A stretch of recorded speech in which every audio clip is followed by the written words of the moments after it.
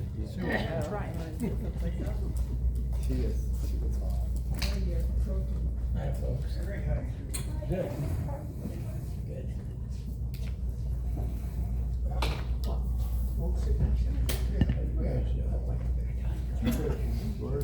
Where did Sandy go?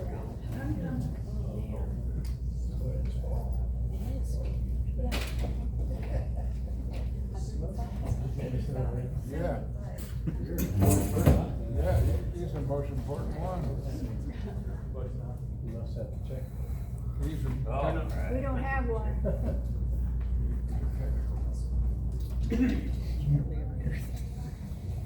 Well, welcome and thank you for stopping in. I think we got an informative time here. Maybe we can just absorb all of this information we're gonna get. We had kind of a few short, but exciting times in Happy Valley. Fires that got started. One comes very close to me. Could have burned us out, but the Happy Valley Fire Department in Cal Fire did an excellent job. And started the backfire, and the backfire went and worked perfect and stopped the main fire approaching. So why don't you guys kind of give us a rundown of the fires that happened this year. This is Andy Chambers from our local fire department. Yeah. Thanks for inviting me down here tonight. I'll introduce myself real quick. My name's Andy Chambers. I'm the fire captain. I work full-time for Happy Valley Fire Protection District. We are a combination fire department out here. So that means that we have staff, and we have 18 volunteers on staff right now. So being a combination department out here, what we do for you guys is we are an all-risk fire department. We respond, pretty much that means we respond to all fire emergencies, whether it be traffic accidents, vehicle fires, structure fires, wildland fires, and medical alarms. So pretty much anything that's fire related, we respond to. We have 2 stations. We have the one on Farm Avenue that's staffed Monday through Friday, 8 a.m. to 4 p.m. And we also have the Cloverdale station on Cloverdale Road. And that's basically pretty much volunteers that respond out of there in the evenings. So what we're gonna talk about tonight is we're gonna go over a few fires that we've had out here in Happy Valley this year. We've been pretty lucky, knock on wood, you know. And also Nick, I got a hold of Nick from Cal Fire, and he's gonna introduce himself to you guys. And basically what I wanna get through to you guys tonight is we'll go over these fires and explain how it is that Cal Fire and Happy Valley work together and what we do for you guys. Alright, so my name's Nick Ciccone. I work for Cal Fire, obviously. I'm a battalion chief. My local area that I cover actually is Trinity County, Hayfork, Weaverville, Lewiston, all the way to like Humboldt. But I live in Happy Valley off of Coyote, and I've lived here for 38 years, since I was 2 years old. I also still volunteer at Happy Valley, not a bunch, just between what I can with the 3 kids and this job.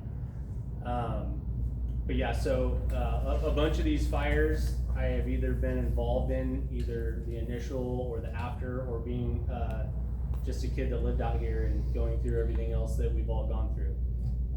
So yeah, Andy got a hold of me and said, hey, can we get some maps? And we have that technology to do. So I got a hold of some folks. I printed out 4 different maps for you. We can lay out, you guys can look at, you can mark on, you can do whatever you want with them.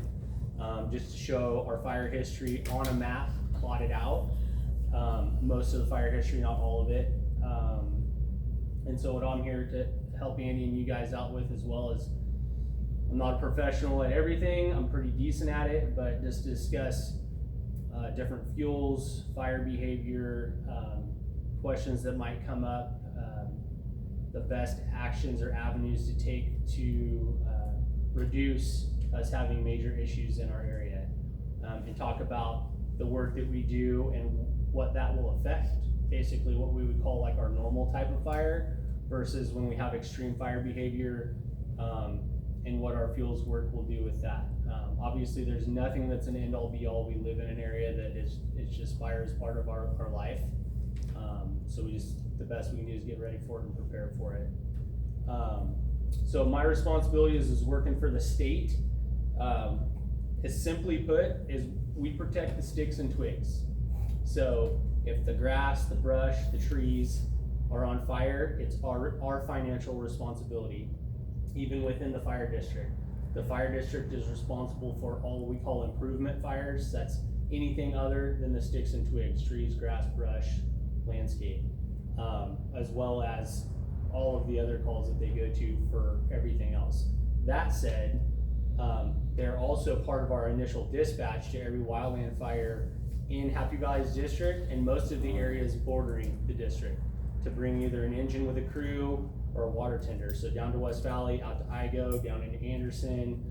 Sometimes we yank them all the way over to the other side of the county. It depends on what we need. So we work together, mutual aid with that. The benefit for us having the fire district out here and being the times that they are staffed is when they get an initial call, they're in the truck and they're there to hopefully keep all of our fires small quickly and knock them down. Typically, if they can't pick them up in that initial, it isn't something that was going to get picked up by one engine. And then they'll go a little bit bigger, like our old incident we just had, and a couple others that have happened. And sometimes it wouldn't matter if you were, all fires start small, but eventually they're that. So, but there's a time lag with all that, plus our topography and wind. So, my responsibility is that, or the state's responsibility is the land, and the district's is the improvements. So CAL FIRE, Shasta County Fire is a merged entity in Shasta County. So we also represent Shasta County Fire. So that would be like West Valley, Igo, Ono. I'm trying to think your closest, Centerville's would be the closest county fire department and stations near. So we administrate those as well. So a lot of times CAL FIRE, Shasta County Fire will be molded together in that type of response. So you'll have, when we have a fire in the district of Happy Valley, West Valley will come. There's also sometimes mutual aid with Anderson coming up, because we can't all do it by ourselves, so we all work together to handle it. So I think that's all I have as far as an introduction. You guys can see the TV screen over here.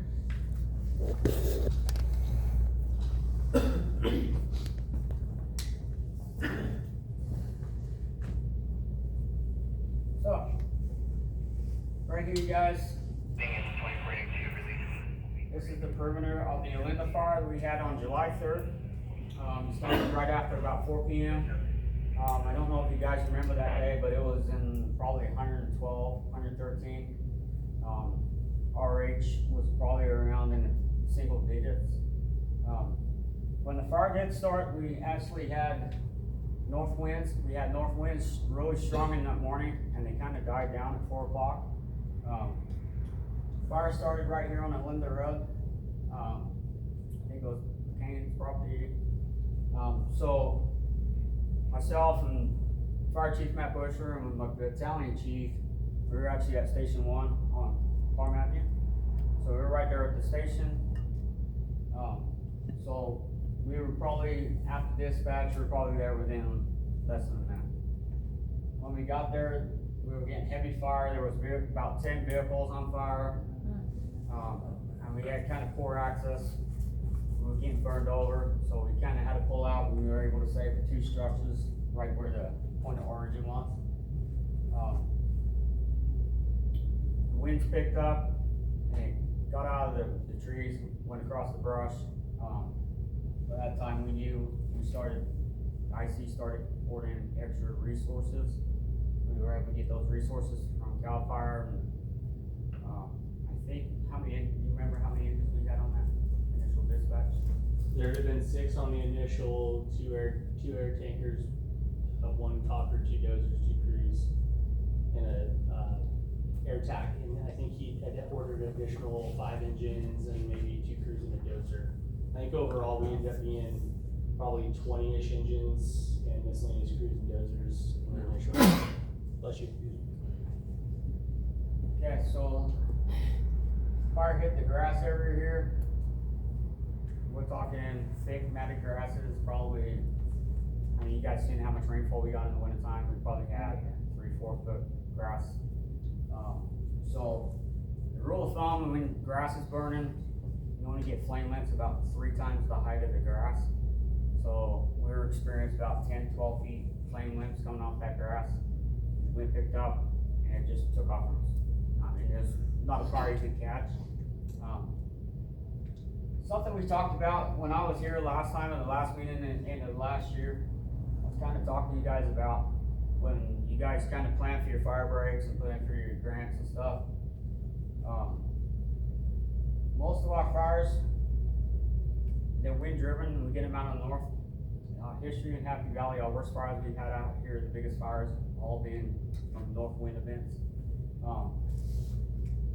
Obviously, it's Happy Valley Road, north and south. You got Linda Road here, Lassen Avenue, east to west, and then Coyote, Dirt Coyote going down here. So, what I want to point out to you guys here is we got a bunch of resources coming in here and do structure protection. So there was a lot of engines there. Like Nick said, they ordered a lot of resources right off the bat. So they're able to get in on each of these houses. So the reason why I'm talking about fire breaks on the east to west is it if you got short fuels, that gives us an opportunity to get in there and stop the fire.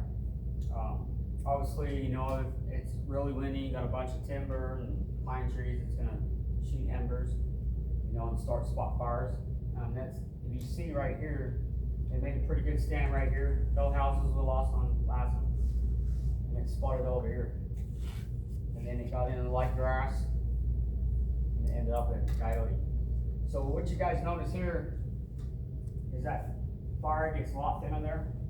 So basically, Nick will explain how the aircraft work and doing their retardant drops and kind of why you'll see that right here. So typically when our aircraft comes in, their priority is gonna be, especially in like an initial attack fire, will be boxing the head and shoulders to try to slow down the rate while the crews are coming up the flank, and you're also inserting from the side to tie it side to side.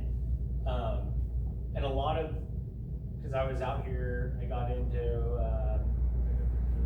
just short of Coyote and bounced around through here, but a lot of the way this fire kind of hopped over and then looks like that, these cutouts, some of it's aircraft, a bunch of it was the homes and structures around in there that had been grazed.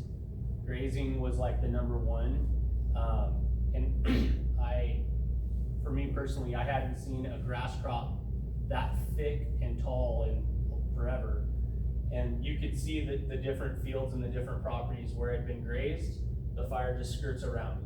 It kind of goes in, peters out, or dies, and then skirts around. But then anything that hadn't been touched, either cut or grazed, was able to move through.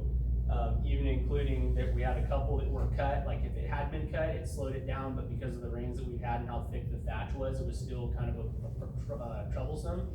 But a lot of these splotches you'll see, it would roll out to somebody's field or fence line that they had animals on, and it just dies off there. And then we usually use that as a spark to tie into and then bump along and through. Obviously, I mean, I know, you know, all the structures on the end of Coyote or on Dirt Coyote, they're all cut around down short, so that helped a bunch. And then, like Dennis was saying, that actually put our helic crew in a pretty good position to just burn off of the road and take it back. I was coming down from Trinity, and I honestly, with the column and such, I was kind of concerned it was going to get into our dry drainage back behind and go all the way, maybe not quite down to Gas Point, but that would be an area that would become hard and more difficult to access with equipment. But yeah, so To reiterate what Andy was saying about our fuel breaks, obviously most of our fire behavior, I would hope everybody will open these maps up and look at them. We'll look at the topography, but they almost all, especially anything large, travels north to south. Be it, we do get fires on south wind days, and that's a lot of times, folks will be like, oh, it's a south wind, it's a little less hot today. The wind is still really strong and the fields are still really dry, especially towards the end of the year. But most of our fires are gonna either run south to north or north to south. And then you're gonna see variances from side to side, and that's gonna have to do either with suppression tactics that occurred and then spotting out, or some of our areas, I joke about it, we're Happy Valley, right? But we're actually a plateau. Always like, we should be Happy Plateau, not Happy Valley. And we have our nooks and crannies. Yeah, so we're a big plateau. But like, I live down here on Coyote, I feel this wind, I'm sure Dennis, you do too, every afternoon, be it down or up, and it's falling off the escarpment down into the West Valley, right? And it's pretty strong right there. But, so you have a lot of drainages and topography down around here, we have along the Dry Creek bed, and we have a lot, we were just talking earlier, who was I talking with? Where'd you go? You, about over on the other side of the valley. Friendly Hills and all that off the Clear Creek drainage. There's a lot in there. Then there's our next really decent sized drainage is there. Andrea Way back over into Blue Horse. So we do have that as well, and that's gonna cause a little bit of lateral movement as it hits. It gets protected from the wind a little bit off the backside, and it's gonna start skirting a little bit. Or you'll see on the map, like the fire we had down, was that last year? The Peter incident down on Olinda. So that was it 2 years ago? So that was a south wind fire, right? It pushed north. And honestly, I was coming down from the mountains. I wasn't in the valley yet that day. And I kind of assumed it was gonna push up into that North Fork Ranch or whatever it's called now, up those drainages. But that south wind, typically our south and north winds overcome even some of our drainages. So it was pushing back into Anderson to the north. But that being said, there's still all that escarpment we're on has all that ability to do that. But I talked to, so the local BC that covers here, Merritt Fields, I talked to him yesterday. He's been off with some things.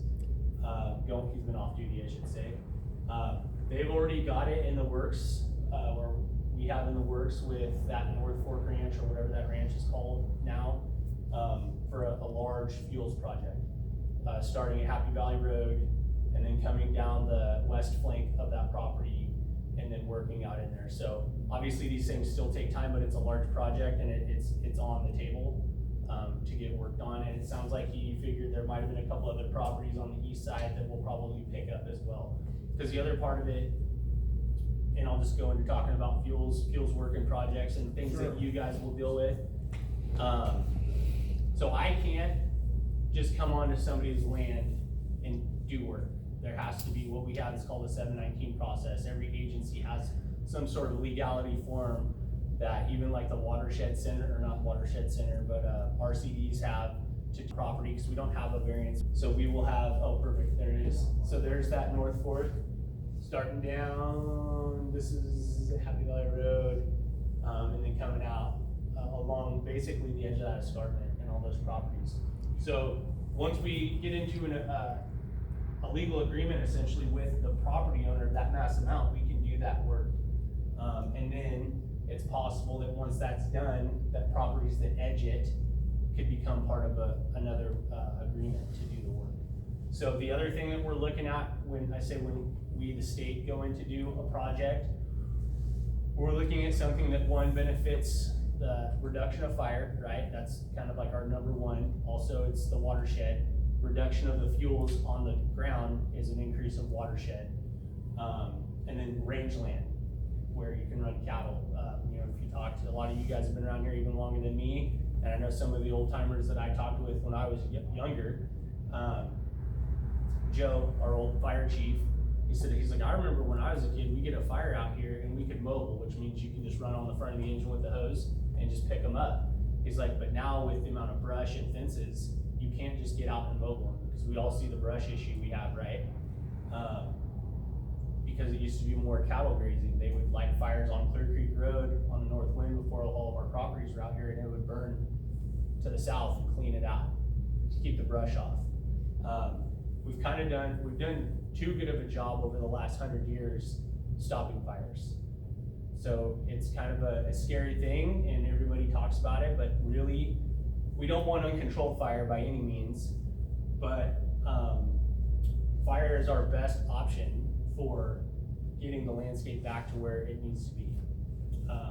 We can cut, we can chip, we can masticate, but that requires a lot of time, a lot of money, a lot of resources. We still have to do those things, especially on, we call them entries, on a first entry into a project. Our first entry is setting up our barriers, putting on our lines, prepping it to be able to put fire to it. Because all of our fuels are way past that now. We obviously we see it, the Olinda or the Canyon or any of the fires we've had out here. You have uncontrolled fire on a landscape we haven't got to prep yet for fire, and it's off to the races. We also see less than favorable results from that, because then we kill off all of our valley oaks and we kill off the stuff that we want to have. Still, you'll see if you drive down 273, right? You look off to the west and all those oaks are ground out. Probably gonna lose some of those, but there's a good chance that brown will stay on there because the oaks won't drop that off after it's been burnt, but green should come through. So, and that was prepped beforehand as well. So, but there's all those parameters that come into line. Even a year like we've had with the rain, the thickness and the height of the grass changes the intensity of the heat underneath. It's gonna come up. You go out and masticate something, right? Mastication, if everybody knows what mastication is, you go out with equipment and they chew. It's like a monster weed eater, but on a big piece of equipment, and it just shreds. Like putting your stuff through a chipper, but it's out on the ground. So all that on the ground, even that, when you burn masticated fuel, especially if it was thick, there's an incredible amount of heat on the surface at the time, and it will, in some cases, it'll sterilize the dirt because it's so hot. So it's not a perfect science at all.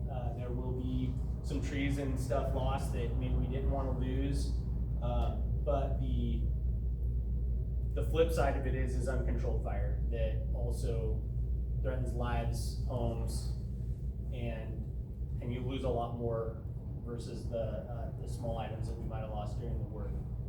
So anyways, that's the big project. You guys have all seen, we were looking at together the pictures, and I have it on the map here as well. It's highlighted out. Show it? There's the China Gulch. You wanna show it up there? Sure, he can, I'm not that techie. But there's the China Gulch project that runs, it's a good east to west project, right? Obviously where the canyon fire started. That's for us. All that Clear Creek drainage is nerve wracking. Whenever we get a fire in the Clear Creek drainage, everybody just kinda, oh boy, here we go. Cause usually it lines up with the wind as well. We saw Run up the hill. the clover fire. I mean, it's a lot of heavy drainages that are aligned with wind and fuel. They've been burned off enough now. If you go out to the dump area, it looks really nice. It's starting to look like an oasis of some oak and some grass. But even that, grass moves fast. So you can't change the topography. All we can do is reduce the fuel. So anyhow, there's that project that's coming through China Gulch, and it has different phases. And to be quite honest, I don't know who's even responsible for those. I think it's the RCD. I know they have a portion of it. Western Shasta. Yeah. Okay, Western Shasta RCD. Yeah. So I'm used to a lot of those terms because that's what we use. We have RCDs, watershed, and a couple groups in Trinity that work with the fire safe councils and the Firewise committees through the CWPP, which is the overall portion that shows where the problems are at. And we kind of come together to get funding for that. Again, Canyon 99, most of you are here or saw it or know of it at least. Started in the canyon, North Winday, gets up to the plateau, and typically we can pick it up in the plateau a bit, but burning in the plateau means we're burning through homes, the olive orchards, and all of those things. So, fuels work is good. There's some that you can see the top, the northeast section of that China Gulch project, those big drainages. We were talking, my sister-in-law lives over in the Friendly Hills area, and It terrifies me, the amount of fuel between all those homes in those drainages. And it's hard because it's a responsibility of every landowner to do it. That was a question I had, coming into our development, there's a lot, Yeah. with the grass is like 3 or 4 feet high, is that a Right. responsibility of the owner to? Yeah, if your property. Okay, so how So, so we can only, right, through 4291, PCR 4291, you guys may or may not have seen our inspectors out. You see them out, and they may or may not talk to you, but they're going around doing what we call defensible space inspections. There you go. We can only legally enforce 100 feet from a dwelling. So There's no dwelling on the if there's no property. dwelling, it's open property, then it's just being a good steward of the property. The problem is, Be nice. there is no legality if there's nothing on it and that person doesn't care about it. So, I'll cycle back a little bit. So in the early 2000s, I was part of that program, was Volunteers in Prevention.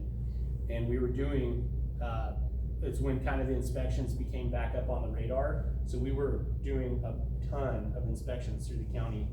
And, for me, it was hard because you go to some properties that, one, either the people just don't care, or there's no property, or there's no dwelling there to enforce the rule, or their size of property, right, 100 feet from their dwelling, and your house happens to be that 30-foot mark away from your property line, but still you have another so many feet onto their property that we have no way of saying, hey, I need you to clear this side of your property. It's more than 100 feet from your house, but it's that close to their house.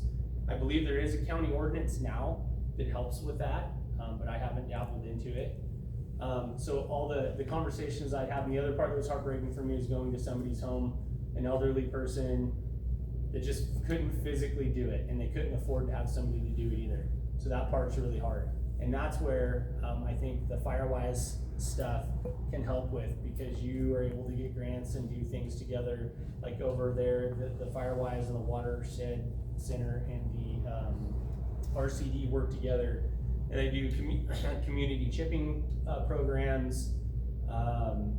So they do stuff within the communities to help people out with those things. People apply for it, and then they go out and help them clear that stuff off. Is this a bad time of the year to be doing that anyway, or? Yeah, yes and no. There are parameters, even in the summertime, there can be work to be done, but you call a number, it tells you to what time of day you can work with. You're supposed to have fire protection equipment with you, be it a hose, a water can, tools, just like weed eating, right? You can weed eat in the summertime, but we just don't recommend you weed eat at 2 o'clock in the afternoon on a north wind day. Or on a red flag day, it starts at 8 in the morning. Like, okay, if you want to weed eat the day you don't have the red flag day at sunlight till 8 or 9, get a couple hours in. So there's, say, common sense to it as well. But we are, even though it doesn't feel like it, we're going to be in fall real soon, and that's the time to get after it, right? So a couple other things that I took from up in Trinity, I feel like could be beneficial for this group. In my personal opinion, I don't think we need to concentrate largely on big fuel breaks and shaded fuel breaks because of the area that we have. In Trinity, we do a lot of that because a lot of our area is broken up by major drainages. Major ridges, the Trinity River drainage.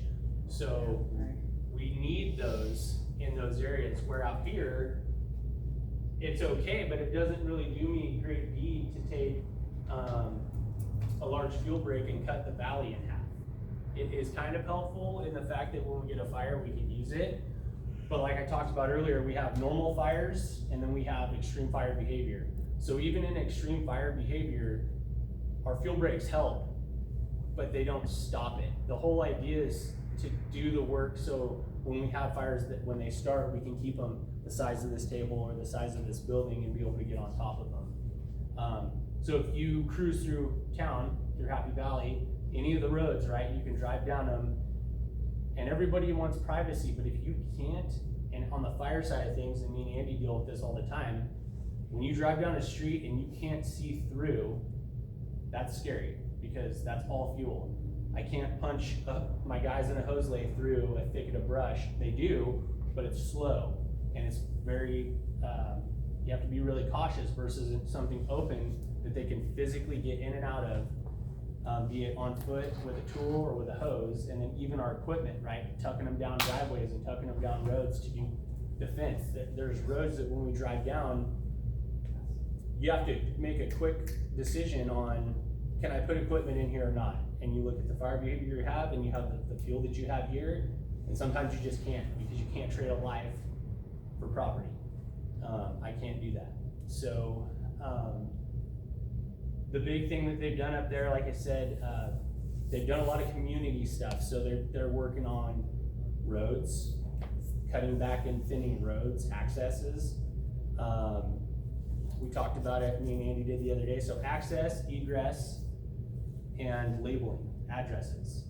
So people know where they're at. That's the other part is, when guys come to help us fight fires here, it's not me and Andy that know the roads.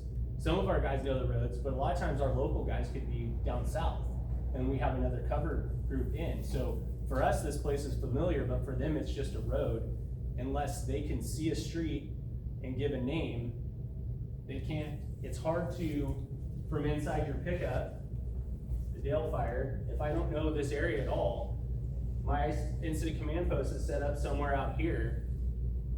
And if these guys can't shout out to me a location, I'm at this road and this road, and the fire's holding on this edge, or it's jumped past this street. It happened, we lost, the firefight lost a road during the canyon, or during the canyon fire, because a road name got mixed up on the radio. So resources were being requested to one street that didn't need them, they needed to go to the other street. It happens a lot, because if you don't know what street you're on, because there's no, and it's hard enough to see already as it is, but if it's not labeled well, there's not addresses, those quick things make everything work together a lot faster. So then you can go, oh, I need resources over here.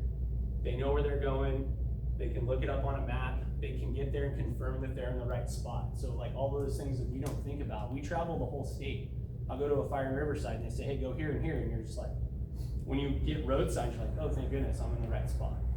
So road signs, addresses, access, egress. A lot of times the access and egress, cleaning up of access and egress is going to lead to yards being cleaned up. If not, at least the access and egress is there for the people that took care of their properties.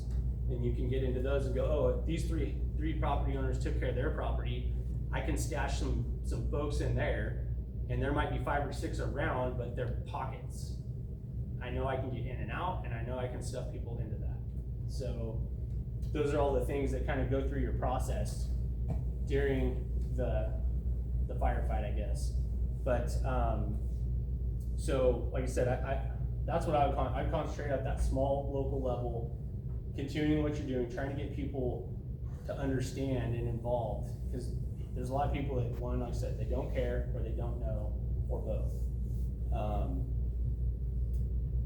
So, I mean, that's, yeah, and it's everywhere though. It's absolutely everywhere.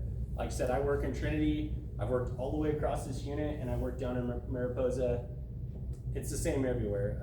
I call it, it's the, let's see, it's a different channel, same commercials, no matter where you Yeah, I think, you know, if you've ever had fire run through your property, you look at it differently. Yeah. Some do, some don't. Yeah. But yes, you're You correct. should anyways, huh? You should. Yeah, there's a lot that goes into it, but a lot of it's that public outreach, and still even that, they may or may not get it. It's the phone calls, you know, into, hey, this place next to me, either a county ordinance issue or 4291 issue, inspections happen. Our prevention staff, we've actually upped, what do we have? 5 now, I think. So we have 5 prevention officers in the unit. We used to have 2. So they're out and about a lot more, and they're very active. And they'll send, like if there's a property, they'll search back to the property owner, even if there's nobody living in it. Try to work that process back to who's responsible for that. But I would say on the flip side of that, the best thing that you can do is try to get the mass of the people on the same page. So then those places that are not in good shape, they're just pockets. And if you just have pockets around, but the mass of it's in good shape, that ups our survivability rate a lot. Fuel breaks, we talked north-south, the big one going in down there. The other part of it is, a lot of times we avoid entering into contracts with a strip of land, like if you were bordering that edge of the North Fork, because, and you'll see it, where it's, this property owner was okay with it, this property owner wasn't, this was, this wasn't, this was. Or, in our process, we have to go out with them and they will legitimately go, okay, you can take those bushes, but not those bushes, leave that tree. So when you go out, when we go out to do work, we bring the machine out to do the work. So they're envisioning park-like setting, and that's what they're gonna do. So if we get to a property that is, and most, any other agency is gonna be this way as well. If they get to a property that's like, man, they had way too many parameters, we're just gonna skip that one and go to the next, because we're a machine. You want that park-like setting. Figure out other ways for privacy. There are still other ways, or having, like, even my place, I have some brush on my property, but it's way out between my house and my neighbor's house, and it's a strip of it that blocks the view to my neighbor's house, but I have open grass on both sides, like plenty. I don't like looking at it. I'd like to cut the brush out, but I really don't want to look at my neighbor's place either. So, but it's not right up against my house. It's not right up against his house. He has a lot of clearance. I have a lot of clearance. It's very manageable. So I understand that too. Wondering, you said, which we know, streams are a problem, kind of streams, low area. You have a lot of vegetation. Yeah, all the drainages. But CEQA, Yeah. when we go to do a project, CEQA, Yep. you have to stay There's out of it. certain parameters, yes. And so you've got this strip of dense vegetation. Right. What do you do with those? So- what can we do, or what It's, do you do? I don't get deep into the CEQA. I actually, lucky enough, I have folks that handle that. And then they tell me, Nick, you have to stop right here. But a lot of times too, there's gonna be, in Happy Valley, a lot of our drainages aren't, there's different, I'm trying to think of the word.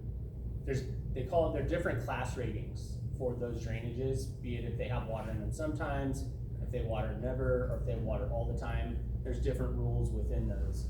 I haven't seen it on any of our projects, and I can't really envision outside of like the Clear Creek drainage, maybe a couple other small areas, being something that is that much of a deterrent that it doesn't still fit the bill. Like, I would say, like when we went in, we had our masticator going down there through the bottom of China Gulch and Canyon.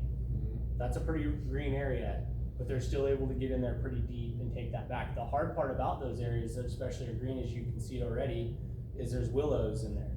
And willows come back just as fast as you cut them out. And obviously we can't spray in there because it's a water area, and we can't spray anyways.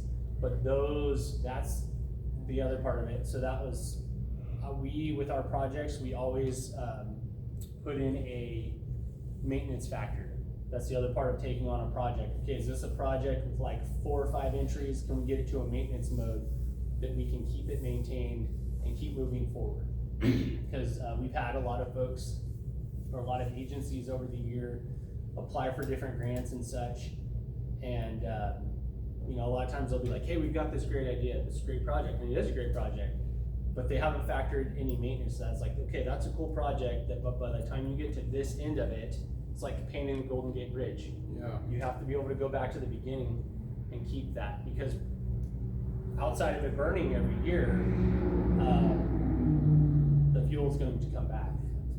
So, I mean, there are some stuff, I'd say, like, for a lot of our areas out here with I call it whitethorn or snow brush or buckbrush, whatever you want to call it, the stuff that's just miserable to cut because it doesn't change its size no matter what you do with it. And you can cut manzanita and it clumps down. But that stuff you can take out of the ground relatively easy. And once that's out of the ground and you pile like out here in the flats, you can push that stuff up with a small tractor and burn it, and then it's gone. Then you might have grass and maybe poison oak. The worst thing that I see out here is the willow that we have down on Canyon, and then all of the live oak. You cut the live oak, and it's a bush, and it's miserable. So a lot of times with the live oak, you're almost better off pruning it to a nice tree fashion, and then you're taking the ladder fuels out from the ground up to the canopy of the tree. A lot of us, unfortunately, in '85, we planted eucalyptus. Yep. I'll never ever. I've got a grove of that too, but it's way out. We had meetings over at the school, everybody attended those meetings, we got lots of information, we all got together and ordered, we had 192. It's firewood. They're about that tall Yeah, for about 2 months. yeah. My I neighbor, remember that. oh God, my neighbor he's the neighbor from hell. Let me tell you, I've been through this for years and years and years. Chris Kellstrom's supposed to be redoing Leonard Mody's, 100-foot defensible space ordinance of 2019. The county ordinance. Yeah, he's got a bunch of, fire, people working on that. They're supposedly combining all the highlights from their 100-foot defensible space ordinance, and then they're gonna reintroduce it to the board. It took 5 years to get it past the board before. He started right after that Clover fire. I think you're calling it the Dale fire? Well, there was multiple in the same area, the Dell, the Clover. Yeah, 2015. In fact, we only went back to 99 on this, and Andy and I were looking at it. If you look at it, it says, Canyon 4, number 4. Oh, So I'm guessing, cause we were Oh, talking my about God. history goes, Okay. and we were joking It's about it fine. because some of the old history, right, I mean, maybe in like the late 90s to 2000s is the first time that we're able to take a plot, an electronic plot of a fire and plop it on a map, right, and keep it electronically. right. Well, before that, you go through archives and it's literally an old map like this, piece of paper with hand drawn with colors, actually pretty cool. And they've gone back, our GIS folks, and have pulled a lot of that data and made it digital to lay over. But there is no question, obviously, I mean, there's fire history. We have an incredible fire history across the entire county, but here for sure. But yeah, like I said, there's all of those processes, but those are some small chunks that make a big difference. Is the local stuff, trying to work on local grants or projects, and then agencies that can assist with that, to do that work, because the mass of our district is homes, right? I mean, we do have a little bit of open land, but we don't have an incredible amount of open land. It's, 1 to 5 to 10 acre parcels, some 40s, might be a couple bigger ones out there, but a lot of our plots are 1 to 5 acres. That's not, I mean, it's a nice amount of land, but it's not a lot of land. It's almost enough that it just becomes difficult to put out fire, because you're like, I can go, there's a fence. I can go, there's a fence, or there's a house, or a drainage. So you can't just get out and make hay. You end up bumping into all that stuff. So the other part about the fuel breaks we were talking about, and even in our own properties, is opening up the canopy for our aircraft.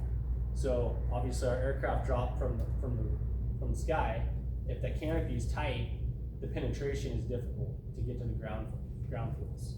Even with the grass crop, like Andy and I are talking about this year, I've seen even grass brush fires chewing through our retardant lines a lot faster than it has in the past, just because of the thickness of the grass that we have.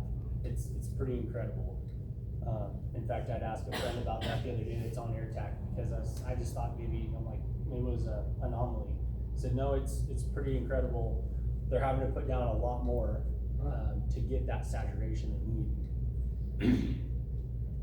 You're talking about the grasses, that's very historic out here. There's history accounts of people getting off the stagecoach at Onward, and they've used horses, and the wild oats were as high as the stirrups. Yeah. Well, this year they were as high as the horse. Yep. And it's everywhere. Yeah. Wild oats grow everywhere out here. I'm not sure if you have any other, I mean, I could talk about fire behavior and stuff like for a week, so Yeah. I don't wanna beat you up. We're just curious, that CAL FIRE substation. Oh, yeah, whatever, our crews. It's nice that they're around here, Yeah. but what area do they cover? Or is it just The whole state. the whole city? So, yeah, so we have, They're fast. There's the yeah, office. they're great. Well, obviously, I love having them, cause I'm Yeah, right out here. Sure, yeah. But, Love that. so with the reduction, the story behind that, with the reduction of inmate crews, we had to find another way. We need crews, like, we have to have crews to put out fires. They dig the line, huge asset, and we have to have them. Crews, dozers, aircraft, and engines, you have to have all of those functions to be successful. So they started about 3 or 4 years ago, and we started in Whitmore. And then as we were adding the crews that the state was allotting us, we were able to pick up that compound down there. So there's 4 crews, I think, there now, which accounts for, I think there's 20 people on a crew. It's usually 2 buses and a buggy or a pickup. So they're there 7 days a week, staffing 7 days a week. If they're gone on a fire, there's usually cover crews behind. So when they're not responding to incidents, they're out doing project work, working on these fuels projects that we have. You guys saw let's see, that was the Swedes, we have the Gore, we have a bunch across the unit of projects that we are doing. And they will, it's obviously working for the state is very hit and miss on what we're going to be doing. We're doing a lot, things are changing incredibly right now. I'm pretty safe to say they're not going anywhere. They may down staff in the dead of winter for a few months, maybe 3 months, and a lot of that has to do with our staffing module or module of our firefighters are considered a state seasonal employee, and they can only work for 9 months, and then we have to lay them off for 90 days. At this point, we've talked about that possibly changing for years to becoming more of like a permanent intermittent like Caltrans has, so then you can just basically just keep them running. Cause there is shutdown time, like anything, you shut down time, and then there's up staff time. You gotta get them back, you gotta get them back in shape, you gotta get them trained, and that takes, a couple months. And we're still trying to get project work done at the same time, and then fire season starts, so we're on. But yeah, it's a great asset down there. And that was to bolster the reduction of inmate crews that we had. Sugar Pine and Trinity River used to have 6 crews each. They're down to 2.5 and 3 crews, and they stagger a bunch coming in and out. We also have our National Guard crew, which is out of Reading. They're a great asset. I think they're a 2-crew module. We have the 1 Triple C's crew up off of Caterpillar, and 1 Fuels crew, which is kind of a small group, but they're working year round. So. Okay, well, thank you for stopping in and, Yeah. I think Andy wanted to talk about zoning out, so they know So how what- to evacuate. Okay, The one thing I wanna go is, who doesn't know what zone they live in? I didn't know till yesterday. I didn't know. I don't think I know either. I mean, No, I know you can look it up on the. okay, so here's, I'm 7740. so after the campfire, they kind of developed a different way how to evacuate people No, and, 7740. so basically what I wanna show you guys is kind of how. Can you Find out individualize yourself. the water bills? Huh? Can you excuse me, can you individualize the water bills? What do you mean by individual? Well, in other words, because we get our bills and they're individualized with our cost, well, what if you could find a way to incorporate the database and put it on your water bill where you got your zone with your water bill? boy, that might be kind of. I mean, I know, it would be, but that would be a way that everybody would have it. I mean, because, I know when I put the notice in that we're gonna do, sorry, I'm getting on my, yeah, when we do trash pickup, I put that notice in there, and I mean, I get so many people from Happy Valley that look at their, no, I'm just giving a little sarcasm there. But the truth of the matter is, if you could do that and let people know, they would have it in front of them. Otherwise, the only way to find your zone is, when we have fires, you gotta look, you're looking at the map, you go, oh, there's my So zone. this is a little far-fetched, but it could be an option that's something that Firewise works on to get a grant to pay for it. And all they would have to do is a map of like a single page, it would be a map of the valley with the zone, and it Right. could maybe go out in the mail with the water bills. Well, yeah, that's an idea too, but yeah, cause I mean, if you're looking at the fires, like if you're looking at what's that new app? Yeah, watch duty. Yeah, cause it has all the zones on there. Right, so there's the Yeah. other. Oh, yeah, there you So, go. so does that Genesis map, that's where I So got here- mine, Here's what I'm 7740. explaining you guys. Sorry. So, That water Here's- notice. if you go to Genesis Protect, Would you Okay. repeat that, please? Genesis Protect, you Google that. And all you have to do is you punch in your address, okay? So you're punching, that's my address right there. That is my zone that I live in, okay? So it's pretty simple, you just plug in your address, it'll come in here. So everywhere, if you guys live out in Happy Valley, it'll say HAP dash, whatever your number is. Dennis, we're on the border. We border with Happy Valley Cottonwood. Yeah. Yours might even be a cotton number. COT. Mine's an ant. Yeah, you're right, right just across the road from me. Yep. So you guys, you figure out your zone you live in, okay? And then you get the watch duty app. It'll then tell you, and then you can, there's an app you can go on to, and then it'll alert your phone, or your mobile device, whatever you have. It'll tell you whether you're on a mandatory evacuation or advisory. So what I'm gonna tell you guys in the fire service, we got three main objectives, right? That's to save life, save property, and then the environment, okay? So if you guys do get a mandatory evacuation order, please leave, okay? Because Nick can tell you, if we're doing structure protection, you guys, I'm just to blame as anybody else, you wanna save your house, right? Everything you work for your entire life, your biggest purchase is your home. Okay, that's your castle.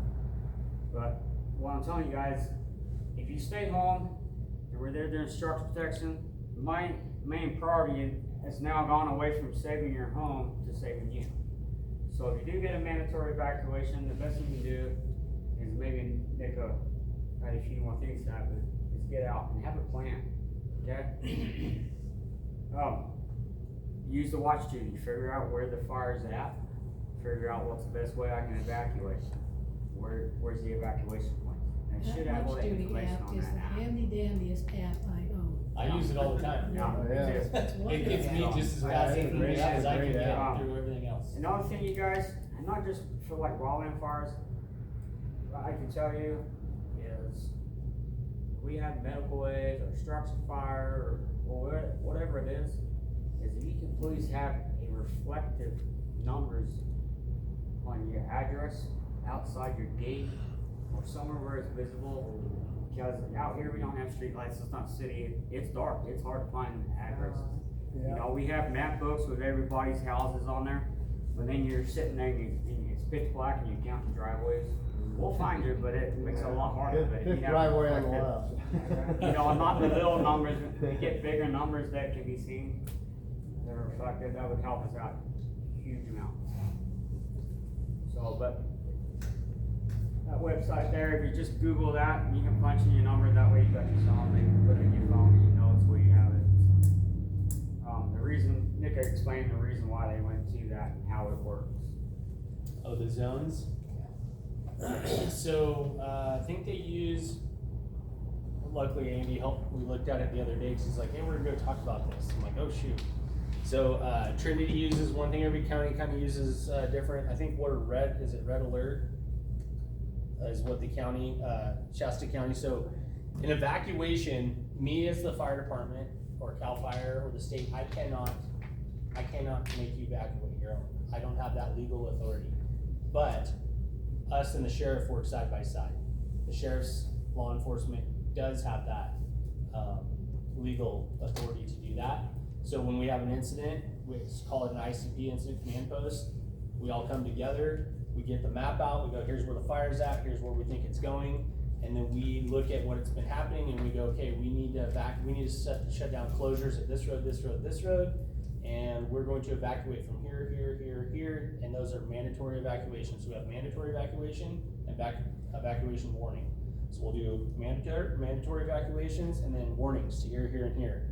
And then we have pre-designated ahead of time, okay, if we lose our chunk here and the fire goes to there, then that's gonna move forward. So those, when you get an evacuation warning, that means legitimately get ready. I mean, sometimes, right? Because the whole idea is that we don't wanna roll into a fire what we call an emergency evacuation, because that changes the game a lot. It makes things, like Andy said, we go from having to be able to maybe to control the fire to literally running around and trying to protect people to get them out of the way. And then while we're doing that, the fire's continuing to grow. So we're balancing that. So you get an evacuation, have a plan, and get on out, because then we can come in and put the fire out or do our best to do that. And like Andy said, we're not having to worry about, now I have a homeowner with smoke inhalation, and that sucks up a whole engine, at least three people, probably a division looking for them, and then ambulance and medical resources that takes away from the firefight. And the other part of it is, I mean, we've had a lot of people, I'm sure Andy's dealt with too, like, I'm not leaving. And the frank conversation that we have with them is, typically I ask them for a contact of next of kin. Like, I'm not kidding with you, like, this is dangerous, and I can't cause there's spots that I've been at with my crew, and like, I'm not going to sacrifice my crew and myself because you're not willing to leave, we have to leave. And so I'll ask them for that information, so at least I can come out, I can give it to the sheriff, and go, hey, you can get a hold of these people, cause when we do have, it's sad, but when we have major fires, that's part of the process we have to do. We get accountability for everybody that lives in that area. Are they missing? And we're really happy when we hear, oh, nope, that person, the sheriff's office tracked them down, they're safe. We're like, thank goodness. But a week later, and nobody's still heard from them, and then we're looking for a body. So it's no joke. Sometimes we can get in and protect somebody or save somebody, but sometimes you can't. Like, you can't trade lives for a life, especially, like I said, in the emergency situation, we put up a lot more, but a lot of times those already evacuated zones, our plan is that area is clear, so then we can do our job. So when there's somebody that pops up that needs a rescuing, it really hampers the mission to stop the fire. So yeah, that's how the zones work. Officers come up, usually the officer in charge, we block it out, they call back, they use, I think it's the code red process. Those alerts go back out to the folks, because that's the other thing that I learned is I don't think that I'm signed up to be alerted. So, and that was through, I think I just Googled up Shasta County evacuation information or whatever the case and followed the process through. Just like the PG&E power outage thing, you gotta go in, put your information in, and they alert you. Same kind of situation. But maybe I am, because I remember being somewhere else and like getting a buzz on my phone and all that, and I'm not there. But my family is, and they're like, oh, we're getting out of here. So. You know, if that app uses a database that has address to zone? The one that's. the what, or the. Genesis, project. Whatever. Yeah, is it just an overlay of the area, or I mean, is So- it actually pinpointed by address? So it's overlaid to the area and your address is inside of that. Yeah, So when you ping it, and that is, obviously that happens too, because we have to put a line somewhere. right. So you'll get plenty of people calling, well, I've got an evacuation and my neighbor is a warning, and they're just across the street from me. Right. So, but it's, because you have to draw, and typically it's going to be on roads, because you need something to delineate that box. Right. So basically, that is what that Hopefully, is, kind just of following answer roads. your question, your zones and which zones, so not only is it good to know your own zone, but maybe know the zones that are around you. Right. So that if there is a fire, okay, I got fire in the next zone, you might do that, so that way you guys can get kind of ready and get ready to go and have it. Well, And if your area abuts to an evacuation, a mandatory evacuation, your zone's gonna be in warning. It's just, once it hits that, it hits the next zone, at least the next zone. And then we'll a lot of times extend it out. Well, that's why I was thinking, this might be more valuable than everybody having on their bill. Yeah, oh yeah, no, you know, That's what I'm but the thing saying. is you could put in the bulletin, you know, Add the the map and everybody knows. Genesis thing. I don't know, if you guys wanted to put that in there. There's, maybe. so there's multiple things, but that is something that this Firewise, in my opinion, Yeah, group could right, do. Grant. Is, Yeah. well, and these could go up at the stores, at the school, at the firehouses, Oh. at the community center. There's, again, I take a lot of this back. Alright. What time are you coming home? I take, Max, what's up? I take a lot of this back from, Trinity County has done an exceptional job, and I'm not just saying that because I've worked over there since 2008, but Trinity County has done an exceptional job for being a county that is very limited on resources. They have mapped out evacuation routes. We have an incredible map system that's all QR code and updatable. So when you make an adjustment to the map, they adjust it electronically, and if, like, I have them all downloaded on my phone, when I open it up in my map program, it shows that there's an update, I update it, and it's updated there. It took a lot of years, cause I remember 15 years ago driving around and checking gates and confirming that that was the gate at this location, to put good data in, either that or you've got garbage in, garbage out. But, they have evacuation, they have, routes that are on the map, they also are getting signage to put up for evacuations. And then they also, there's multiple, they're always at different community events, they throw some of their own community events, which I think you guys have had, the fire engine was there. And they have this stuff exactly right, cause I'm the same, I'm awful about it, like, I have 2 phones, one for work, one for home, I have like 3 computers in my truck, I have a gazillion applications and programs that I use every day. And I'm like, oh man, there's this other program to get this other information. And I still always fall back to this. I like this, I like paper, I like to touch it, I like to be able to draw on it. So having those people that are cruising into the store to get their refreshments or whatever, there's a bulletin board there. That stuff could go up by accident, somebody might look at it and be like, oh shoot, this is, or when things are going wild, where do people congregate? There's a big parking lot right there. So, hey, I can't go down That'll Olinda. look really cool in my garage. Or yeah, it happens, but I can't go down Olinda Road, so somebody, where are they gonna go? Most of the people are gonna pull over to the store Yep. and look at that. So, and inside those, like, you know, we highlighted, you'd be blown away during, was it last year, 2 years ago, we had that pretty awesome snowstorm. I was at the bottom of Canyon. 2019. Yeah, I was at the bottom of Canyon, and we had a bunch of cars stuck on Canyon, so we were routing people around China Gulch. There's people that lived out here that didn't know how to get home if they couldn't go up Canyon. And I was like, well, if you just go up China Gulch, I was like, yeah, I was like, just go up China Gulch and follow the road around, and it'll get familiar. So, but Too many people just don't know how to drive in snow. no, at all, but I mean, they didn't know, they only knew, and people, I won't say this to everybody, but people in general, we're not a whole lot different than animals. We take our route, and we come back our route. We take our route, we come back our route. We talk about it all the time. Andy and I don't walk into a store like most other people. We walk into Costco and we're like, okay, where's the exits at? How do I get out of here? Because when Costco catches on fire, all 200 people in there are going out the doors they came in. Oh, boy. So I'm gonna go out that door, that I'm the only person going out that door. There's fire exits for a reason, but nobody looks at that stuff.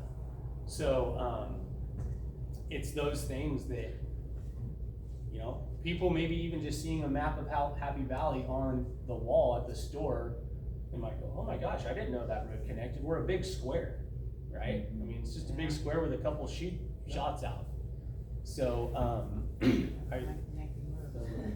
opportunity for you. well, and a lot of those things are very small. I feel like a lot of those things are very small dollar items that could make a huge difference. The information flow and access egress and signage.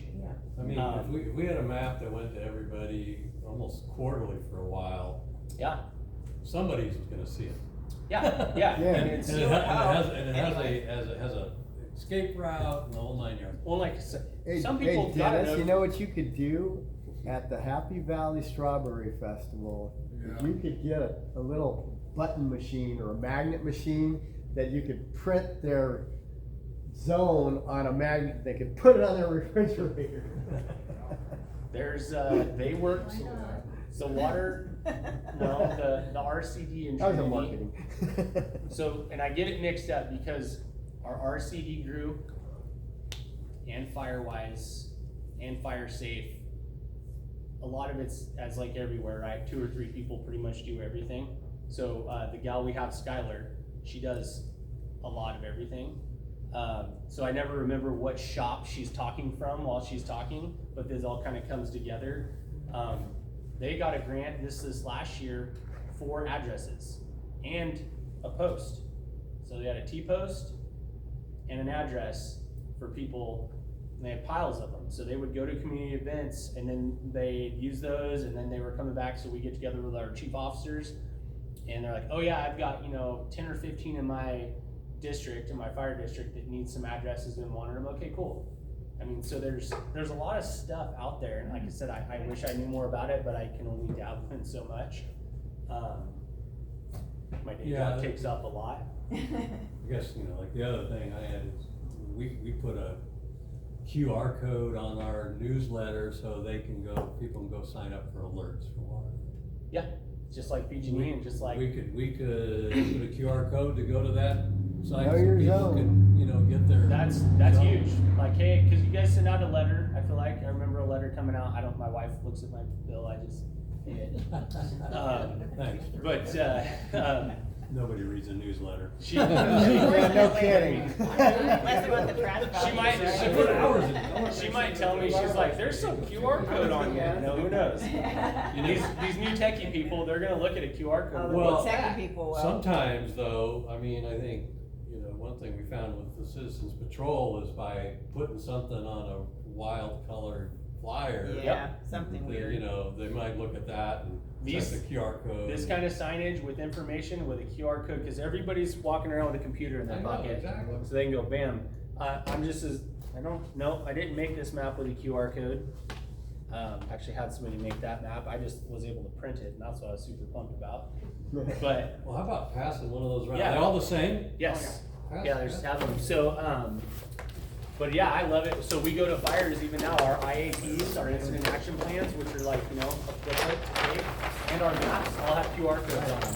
So once we load them, because the old school, before we had QR codes, you had to wait for the next one to come out. Now at like 2 in the morning when they update it, I can get it before I even go into base camp.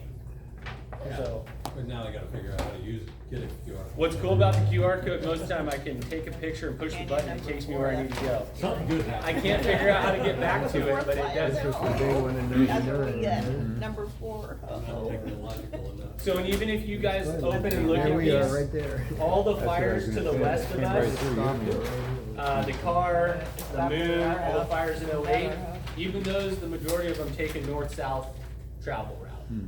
Yeah, even cars, huh?